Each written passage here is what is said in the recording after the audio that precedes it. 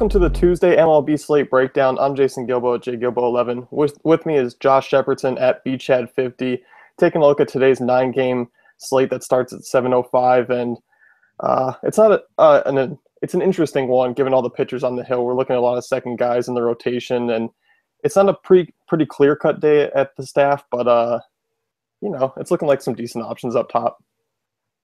I agree. I mean, yesterday we had all the aces taking the hill. It was a Kershaw day, so any day it's a Kershaw day, it's a pretty clear-cut ace, at least on the full slates. Mad Max looked like the top play in the early slate, or the main slate of DraftKings, which didn't include the late games. But today I'm with you. Not necessarily quite as clear-cut at the top, but I do think we have two names that stand above the rest. But going through this in a game-by-game order, we'll start in Pittsburgh. St. Louis travels to their division rival, Pittsburgh, to play at PNC Park. It's Waka against Nice. And at last check, it was actually a pick-em, which might seem like a head-scratcher to some. Waka, the ERA looked like ace quality last year. ERA estimator is not quite as nice. I'm not as big of a Waka fan as a lot of guys. Doesn't have that big swinging strike rate. Looks more middle of the rotation good than great. Pirates have a pretty good lineup. I actually like Nice in this one. Granted, I'm only looking at Nice on DraftKings, where it's a two-pitcher site. I don't love him on FanDuel. I think there's enough soft hitter pricing to reach up to those top arms. But Nice pitched well-ish, or at least good enough with the Mets last year. Joins Ray Siraj now in Pittsburgh, and I mean, his track record with pitchers is unbelievable. Edinson Volquez, Jay Happ, Francisco Liriano, all of these guys have pitched really well under Siraj. I'm not necessarily going to say that Nice is going to kick it up to another level, but we've seen him work with okay pitchers and get more out of them. Nice does a good job of pounding the strike zone, keeping the ball on the ground, low total in that game, pitcher-friendly ballpark. Most importantly, the Cardinals struggled big time against lefties, and they really didn't do anything in the offseason to make me think that they're going to be much better against left-handed pitching this year. In fact, they lost Johnny Peralta to injury, so they lost a key contributor against left-handed pitching. Looks like a lineup that can be exploited by lefties. Nice not a big strikeout pitcher, which you'd usually like more strikeouts from your GPP type of arms, but he makes up for that with a super low salary. And if you pair him with anybody, even Lester, the priciest pitcher on DraftKings, you can pretty much do whatever you want to with your bats. You can slot some really big hitters into your lineup, and I think that's a nice way to go. And because Waka does have that name brand recognition, I think it's also going to help drive Nice's ownership down. So you're going to see some people on Waka tonight. Yeah, I like that. I mean, picking on the Cardinals last year with lefties was a pretty stout way to go, and obviously Nice isn't a big strikeout guy, but they did strike out over 23% against Southpaws last season. As far as offense goes in this game, I'm not really looking at too much on either side. I mean, you might take a couple shots with the Pirates lineup there, guys like McCutchen to be contrarian. I like Polanco still as a cheaper outfielder. But other than that, it's a pretty low total, and on the full slate, I think offense is going to be pretty hard to find in this matchup. Yeah, completely agree with that. The next game in the slate, we got the 7:10 start times. First is Detroit at Miami. Justin Verlander against Wayne Chen. We both talked before the show. Both like Justin Verlander. Love the price point on both DraftKings and FanDuel. Was a monster down the stretch last year. In the second half, he struck out better than 23% of the batters he faced. Big swinging strike rate that supported that. Didn't walk a lot of hitters.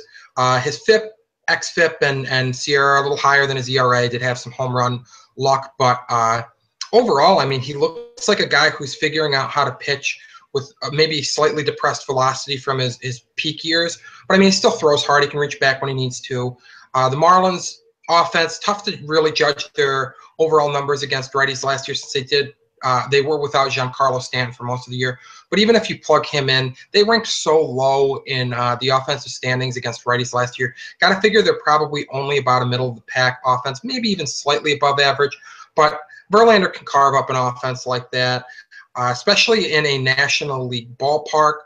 So the ballpark actually suppresses runs to left-handed batters, enhances runs to righties, which keep that in mind since we got a righty-laden Tigers offense. That lineup is very stackable, but they've also got some really nice one-offs. I mean, who are some of the hitters that you like on that team tonight?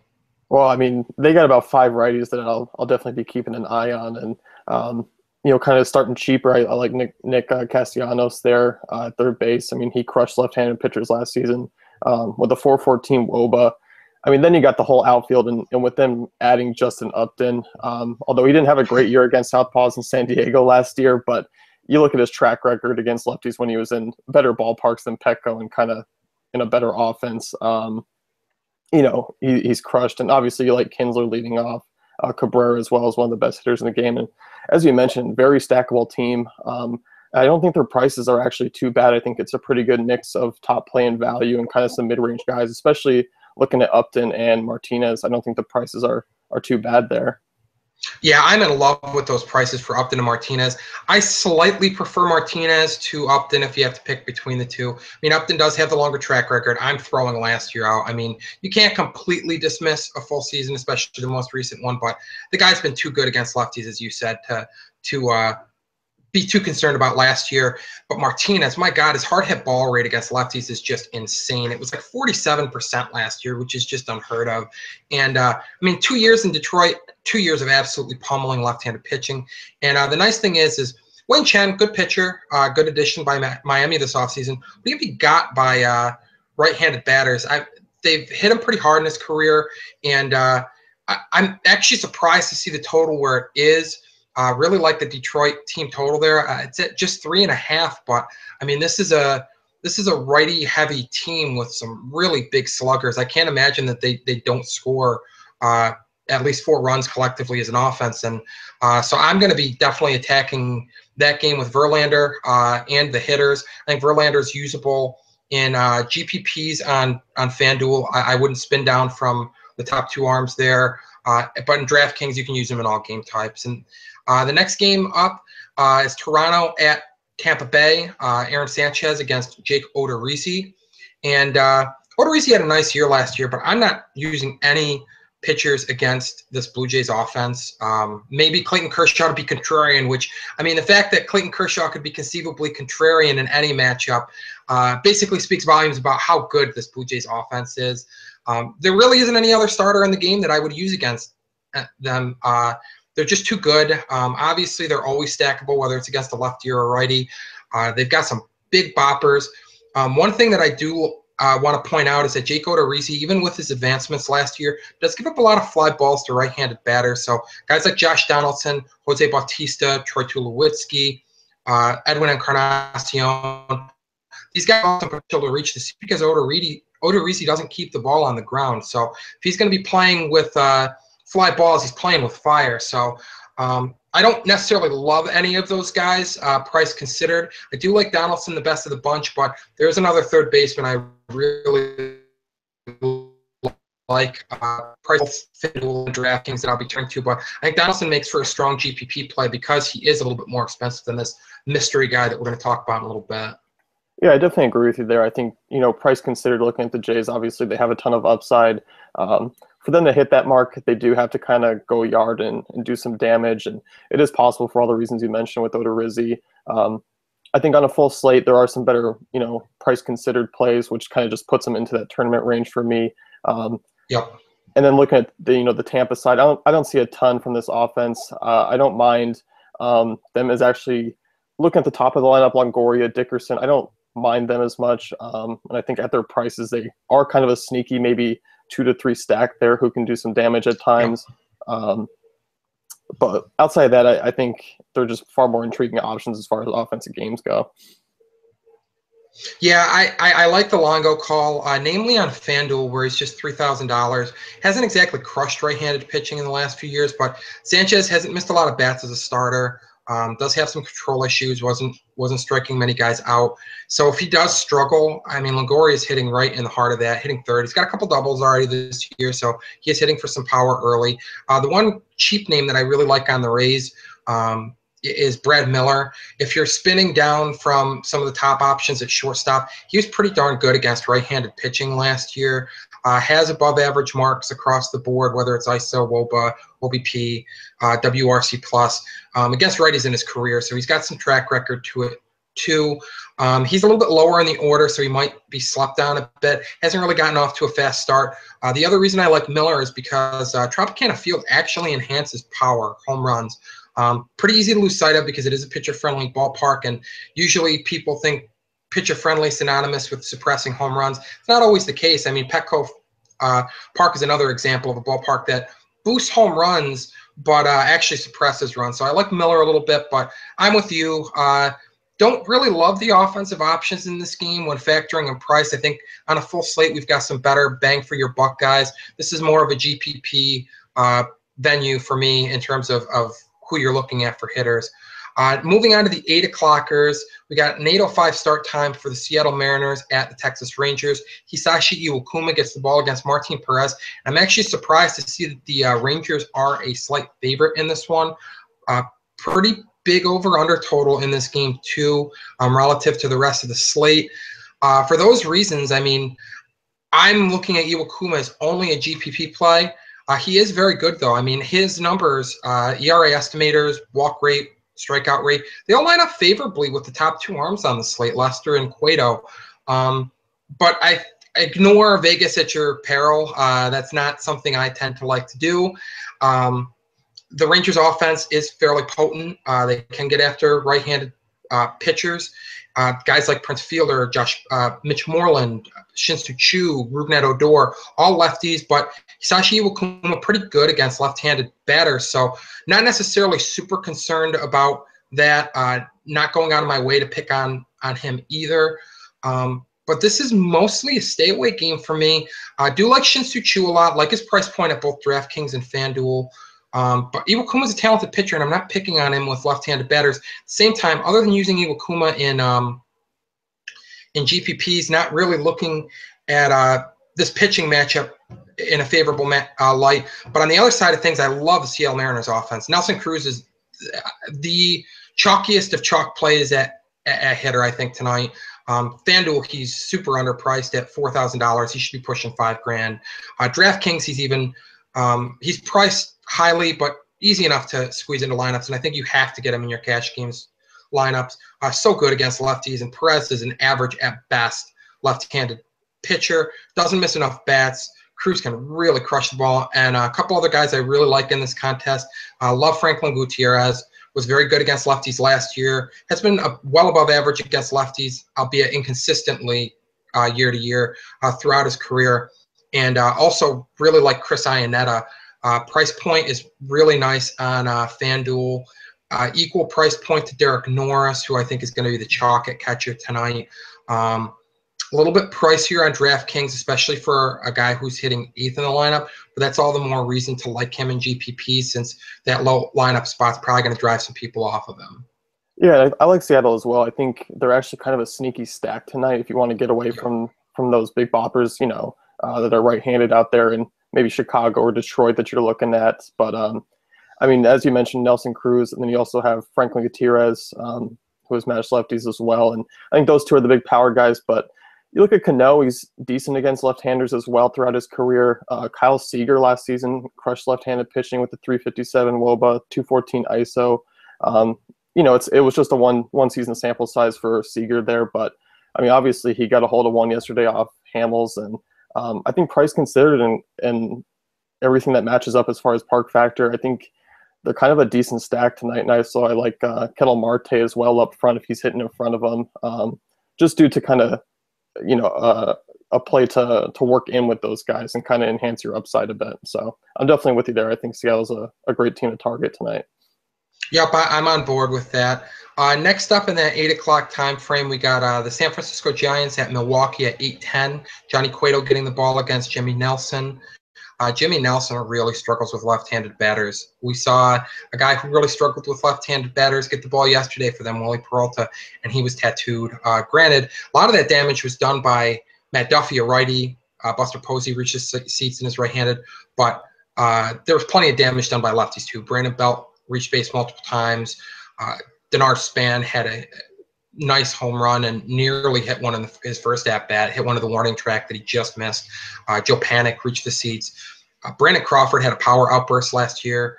He's at Miller Park, which is a great venue for hitting home runs in and for offense in general. So big fan of him tonight, especially at FanDuel, where he's priced like the chalk shortstop tonight. 2,700, really easy to fit on your rosters. Ditto with Joe Panic at 2,600. A little bit pricier at DraftKings. Of the two, I'm more inclined to use Panic because he's priced right around those other top options at second base. At shortstop, there is a guy that's few $100s cheaper than Crawford, who I'll be turning to in the majority of my lineups. But because Crawford's more expensive than the top play at shortstop, I do think that adds to his GPP appeal on DraftKings. He has $4,000, but the park factors, matchup, and his explosion last year certainly support his salary. And, I mean, the Giants are my most stackable team tonight. As you can see, Giants fan, not just being a homer here, but this is just a really good matchup for them. They're out of their pitcher-friendly home ballpark. And as far as pitchers go, Johnny Cueto, my second favorite pitcher on this slate. I do like John Lester by a hair, only because he was more consistent from start to start last year. Cueto had some hiccups down the stretch, but as we talked about before the show, not really any glaring red flags in his pitch FX data. I know last year there was some talk that he didn't like the way that Salvador Perez set up higher in the crouch, and that he really seemed to kind of get it together after they discussed that, and Salvador Perez got a little bit lower in his crouch. Don't really have any in-split, out-split to compare to, so that's more narrative than anything. But Cueto was really good last year in the National League with the Reds. I don't see any reason to think that he won't be really good this year in the National League with the Giants. And the Milwaukee Brewers are in a rebuild. They have some serious swing and miss guys in their lineup, guys like Domingo Santana, Chris Carter, and guys like Brian Braun and Jonathan Lucroy are much better against left-handed pitchers than right-handed pitchers. So really like this matchup for Cueto. Like I said, I like Lester a little bit more, but Cueto is really the 1B to Lester the 1A on on FanDuel and on DraftKings with the more than $1,000 price difference. I think he's my top cash games arm, but it's really close. On FanDuel, they're so closely priced. I slightly prefer Lester, but Cueto has big upside, I think, with the lineup that he's facing, with the offensive support that he should get. Great GPP play across both sides. Any guys that you'd like to add? Yeah, definitely. I mean, I agree with your analysis there on both pitchers. I mean, this Giants core is just going to be a pretty big staple to my cash games once again tonight. One, because you can just pair up those pitchers all over on both sides, and then as well as just plug and play from pretty much all the Giants bats. And I mean, the good thing is you can work them, I mean, really top to bottom on that lineup as far as position-wise. You can fit in at least one or two Giants. And, I mean, you pretty much named them all. Brandon Belt's going to be a key guy. His, salary is a little bit different from site to site, but I mean, 3,000 on FanDuel, it's really hard to get away from him there. Yeah, I think he's the chalk for me on FanDuel at first base. Price considered, you can easily squeeze in Cueto or Lester, whoever your preferred ace is, with a $3,000 Brandon Belt, who hitting fifth, not a bad lineup spot this year. Finally getting maybe the lineup spot that he's deserved before now. But moving on to the 9:40 game, we got Chad Bettis pitching against Shelby Miller. Rockies hung a big number on Arizona last night. Zach Greinke saying today that he had the flu. I mean, he got rocked, and I think that's going to scare a number of gamers off, regardless of what the reasoning is, whether it was the flu or he was just off or both. Shelby Miller, obviously not Zach Greinke quality, but had a pretty good year in his own right last year, bested his ERA estimators. And part of the reason I believe that he can continue to do so is he really changed his pitch mix, uses cutter more, uses sinker more, and saw a notable drop in his hard hit ball rate. And I think that's because he really just cuts and sinks and throws that four-seam fastball. The way that he moves that fastball around makes it really hard to square him up. Induced a lot more ground balls last year, which is going to help him at his home ballpark. And even though the Rockies hung a big number last night, they were terrible on the road last year. Worst in terms of WOBA, worst in terms of WRC+, struck out a ton. I mean, a lot of the same familiar faces this year, too. Charlie Blackmon, bad on the road throughout his career. Cargo, much better at Coors than on the road. I mean, Nolan Arenado's bat travels everywhere. We know that. That's fine. Trevor Story's not 2 home run every game good. obviously. So I do think that Miller makes for an interesting GPP play on FanDuel. He's as cheap as I'm willing to go there. On DraftKings, I think he's a strong SP2 in all game types because obviously odds makers are in favor of this Diamondbacks team and Shelby Miller tonight because they are the biggest betting favorites, which might seem kind of surprising with Cueto on the hill, with Lester on the hill, with the Rockies coming off of a big game. But Bettis gets knocked around, and the Diamondbacks have some serious bats to get after, I think. Yeah, I was a little bit surprised when Vegas came out. It was late last night. I mean, you're looking at Arizona being the heaviest, win favorites on the slate, and that bids well for Miller there. Like you mentioned, I mean, I don't expect the Rockies to put up those type of numbers on the road on a constant basis. As you mentioned, Greinke with the flu, I had no idea, and I also had no idea Bumgarner had the flu up until about 30 minutes, and I rolled with them anyway. But either way, I mean, you expect both those guys to bounce back. And looking at the Arizona side of things and Chad Bettis, I think, one, I'm curious to see if their lineup changes a bit with the righty tonight. Maybe Jake Lamb sneaks up there into the top of the lineup. But either way, I think this is another team to target. Looking at Chase Field, a decent park factor for runs. Bettis, I mean, definitely home and away splits as any other Colorado pitcher would have, but still much more average at best. And I think you're looking at Goldie, Paul Goldschmidt, a great GPP play. I just think price considered doesn't make him a great cash game option. But David Peralta, he's one of my favorite outfielders on the slate. 387 WOBA in his career against right-handed pitching with a 214 ISO there. So, and he's fairly cheap for the matchup and what the damage he's done against right-handed pitching this season. Yeah, it's hard to argue with hitting behind Goldie, too. I mean, hitting cleanup, really good spot for him. Glad you mentioned Jake Lamb.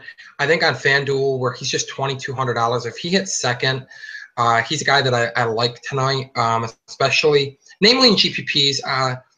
I think you can afford the top guy, or in cash games, I might even consider Evan Longoria before I go to Lamb, just because he has a greater track record, better lineup around him. Aaron Sanchez probably on par with Chad Bettis, so you're not really gaining a pitcher advantage there. But at $2,200, he can give you some serious salary relief to load up on guys. And hit one of the seats last night in a lefty-lefty matchup. Obviously, it's a one at-bat, so it's not anything to get super excited about, but was average really against right-handed pitchers with a really nice hard hit ball rate, though. If he can just lift the ball just a little bit more this year, hit a few more balls in the air, there's a chance for him to do some damage, and his home ballpark will certainly help him. Left-handed batters really enjoy the park factors there, so like him. One other name that I would consider, namely on DraftKings. On FanDuel, there's a lot of cheap catchers, but on DraftKings, like Wellington Castillo, right around $3,000, and better against lefties and righties, but he's a guy that had over a 200 ISO against right-handed pitchers last year. Bettis actually has a reverse platoon split in his career, hit harder by right-handed batters than left-handed batters. So I think that's a matchup that might go a little bit under the radar. Makes them kind of a stackable lineup because you had some depth there. And if you're going to do the stacks, Socrates Brito maybe moves up to that leadoff spot with the righty on the hill. You start right from the top and go 1 through possibly as long as 5 on DraftKings, and get a nice little stack there that's got some big offensive potential in their home ballpark. Definitely. Next up, we get to the really late games. The West Coasters, Chicago at Los Angeles of Anaheim, or whatever they're going by these days, the Angels. Lefty-lefty matchup. We got John Lester against Andrew Heaney. One of these lefties is a little bit better than the other. John Lester, top arm on the slate, I think. He really pitched ace-like last year. I mean, all of his ERA estimators were within the top 15 of qualified starting pitchers. So a guy who should pitch to around a low 3 ERA, is facing an American League ballpark and an American League club and an American League ballpark. So does have to deal with a DH tonight. But this Angels team was really bad against lefties last year. Really, like the Cardinals, didn't do a lot to address the fact that they struggled with lefties. Don't have really any big additions to help them improve a lot there. Maybe a guy like CJ Cron takes a step forward this year, but overall they still look like a below average offense against lefties. It looks like Mike Trout and everybody else basically. Speaking of Trout, I do think he makes for a really interesting pivot off of Nelson Cruz in DraftKings games. They are priced within $100 of each other, and while Trout hasn't stolen like he did when he broke into the majors, John Lester was the easiest pitcher to steal against last year. If Trout gets on base, he's gone. I mean, you can go ahead and give him a free stolen base as long as he doesn't have somebody on base in front of him. I think the upside is really high for him.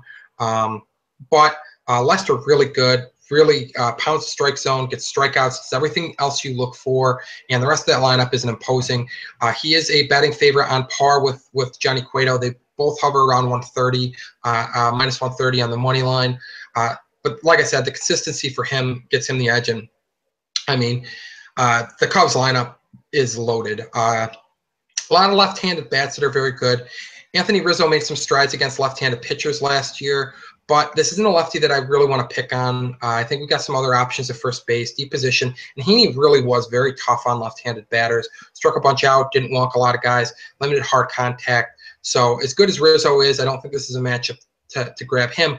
But the other guy sharing the corner infield with him, Chris Bryant, favorite play at third base. I've been teasing it all show.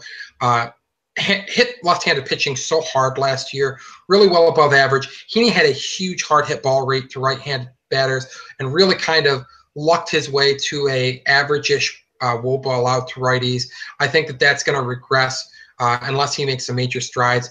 I got to see it first, so I'm all over Bryant tonight. He's my cash games play at the hot corner on both DraftKings and FanDuel. I think he's also a really strong GPP play just because anytime you got a guy that can hit the ball as hard as he can and as far as he can, you've got a massive multi-homer upside and a really loaded lineup. He should hit in a favorable lineup spot. I do think that you're going to see Madden juggle that lineup a little bit tonight with the lefty on the hill.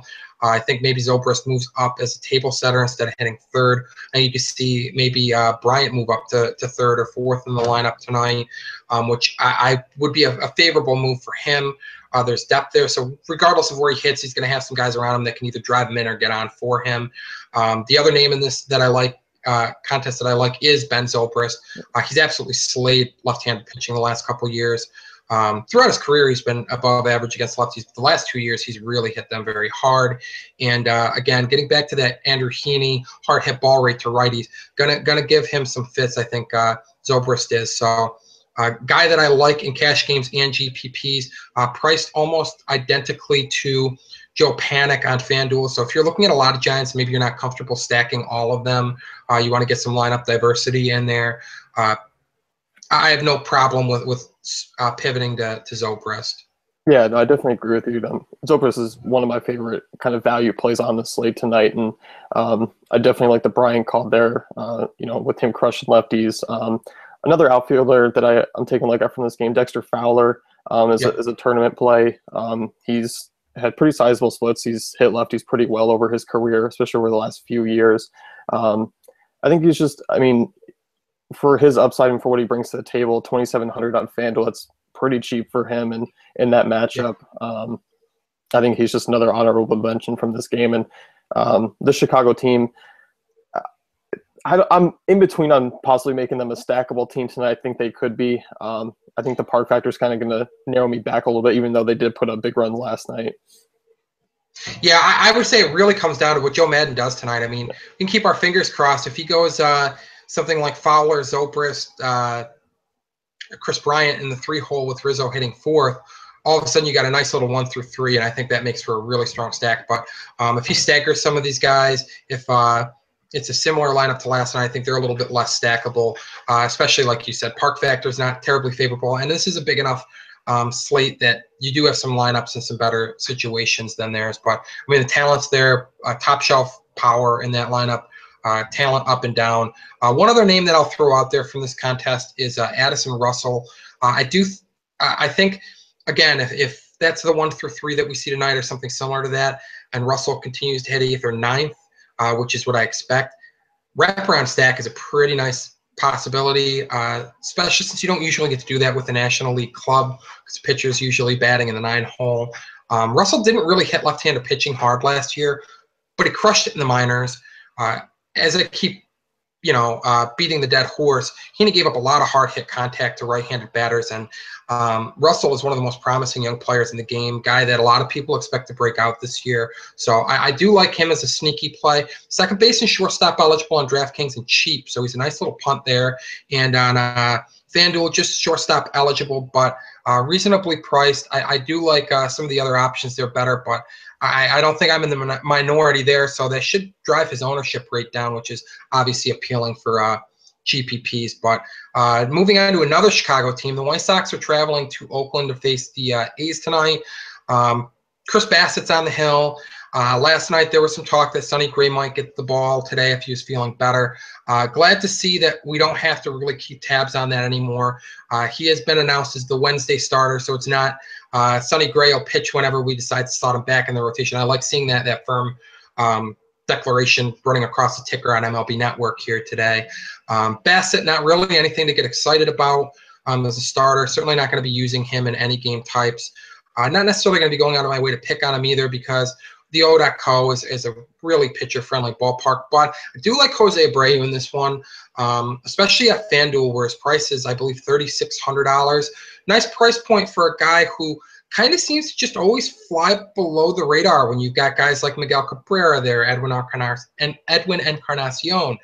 Brandon Belt's cheaper, so, I mean, he's a chalk play at first base. But Abreu has just murdered right-handed pitching back-to-back years, his first 2 years in the big leagues. Bassett actually had a reverse platoon split last year. Small sample size, so I probably wouldn't read too much into that. But he's got it, doesn't miss bats, and Jose Abreu is a guy who does damage when he gets the bat on the ball. So seems like a nice little combination there. On the A side of things, Jose Quintana's a really quietly good starter, I feel like.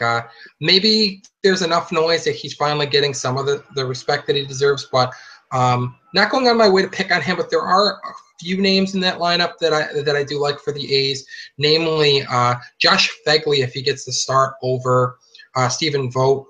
Vogt got to start against the lefty in the season opener, but Vogt got a lot of time against lefties last year. So I do think that there's a possibility you see Vogt get the day off. Maybe got that start just because it was opening day, just to reward your 2015 All-Star and a guy who put up numbers. And if Phegley's in the lineup, he's a guy that has hit left-handed pitching hard, even if it is a small sample size. And if I'm going to veer off of guys like cheap guys on FanDuel like Chris Iannetta and Derek Norris, it's going to be with a guy who can reach the seats, a guy who really gives you an opportunity to make up ground. So Phegley's a guy that I'm kind of interested in on Oakland, or at least seeing if he's in the lineup. Yeah, and to touch on the Vogt thing, he came in yesterday and he wasn't scheduled to be in the lineup. It was Phegley against Sale, and I think he's actually might be the one who's going to be catching what's Rich Hill there for yesterday's. Oh, okay, gotcha. Yep. So I think that was the case why he was in there. I think I saw that running over Twitter, but as far as offense goes in this game, I think Abreu is by far the top option, and you mentioned a pretty solid punt play against the lefty there. Chris Davis is another GPP guy just because he has massive power against left-handers. Yep. Definitely a high-risk, high-reward play. Obviously, the move from Milwaukee to Oakland doesn't favor him, but you look at last year and in the previous years, like apparently the majority of homers would have been out at the Coliseum as well. So that just shows what kind of power this guy has, and high strikeout rate, but definitely a high reward play if you can get a hold of one. Yeah, that's a good call. And I mean, you really have to make plays like that in GPPs, go against the grain, grab a guy that maybe the masses aren't going to flock to. And because O.co is pitcher friendly, people are going to shy away from Chris Davis. But yeah, the ballpark overlay does show that I believe all of Chris Davis's home runs last year would have left. With the ballpark overlays, there are some caveats. I mean, win factors and things like that. But he wasn't hitting cheapy, so I don't care if he would have had one or two taken away. This is a guy who hits moon shots, so he has no problem hitting the ball out of any ballpark. The last game on the slate is the Dodgers and the Padres in San Diego. A little bit more exciting yesterday with Clayton Kershaw on the hill. Scott Kazmir had diminished velocity in the spring, was sitting in the mid to upper 80s, according to, I believe it was the LA Times.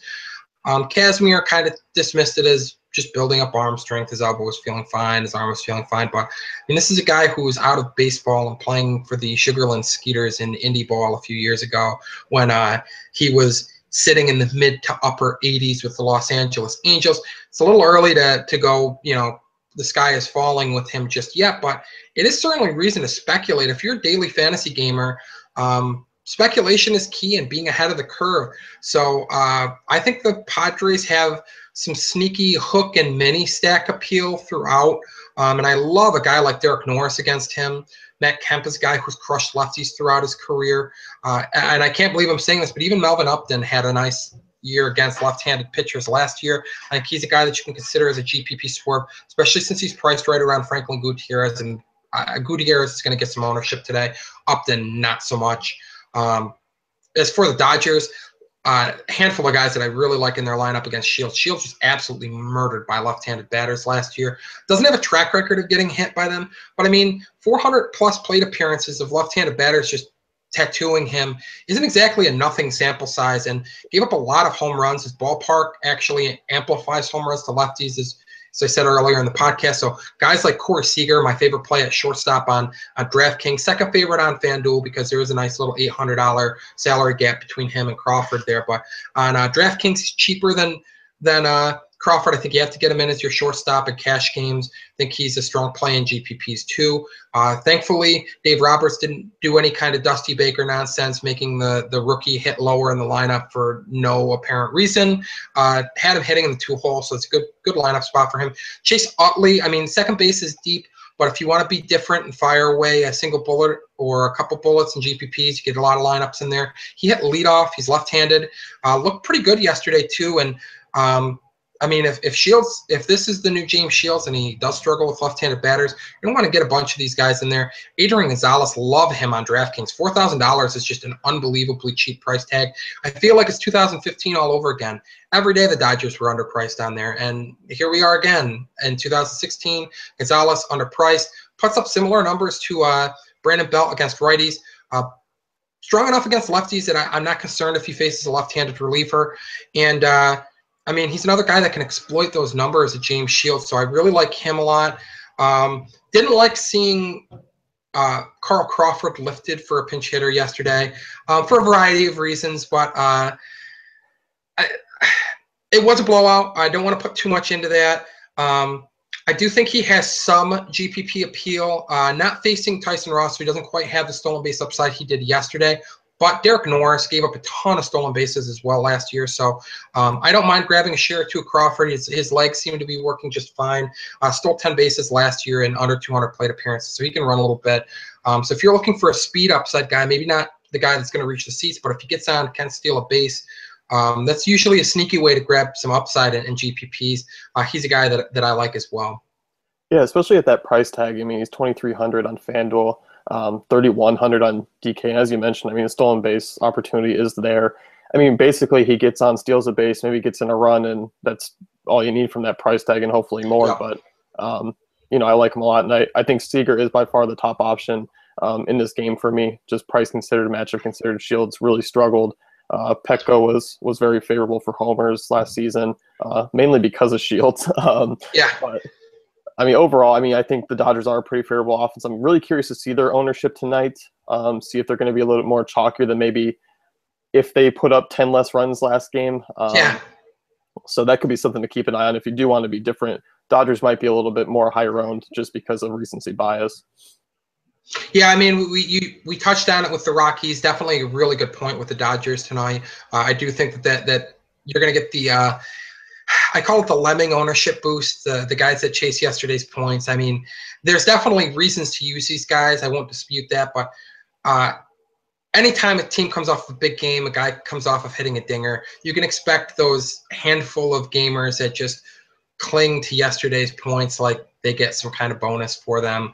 I do think you're going to see a slight ownership boost, but I'm with you. I'm curious to see what the ownership boost is tonight, but I love Seager. And I like the points you made about Crawford. So that's going to do it for the games today. Got a lot of really good content up at dailyfantasycafe.com right now. I got an active message board. If you haven't been on there, get on the forums, ask some questions. Jason and I are on there answering questions every day. But we've also got some articles. We've got the MLB cheat sheets. Whether you're playing DraftKings, FanDuel, both, we've got content that's going to help you win tonight. And I'm ready to get after it. What about you? Yeah, definitely. I mean, we got some good stuff. Had a nice opening day yesterday. I know you did too. You might be making a few more trips, you know, out of the way. Yeah, out of state. Yeah. So, yeah, I'm definitely excited. So that's going to do it for today's podcast. Check back tomorrow, and we'll be right back at it, giving you a slate breakdown, and hopefully celebrating some victories for ourselves and hearing from you guys winning out there.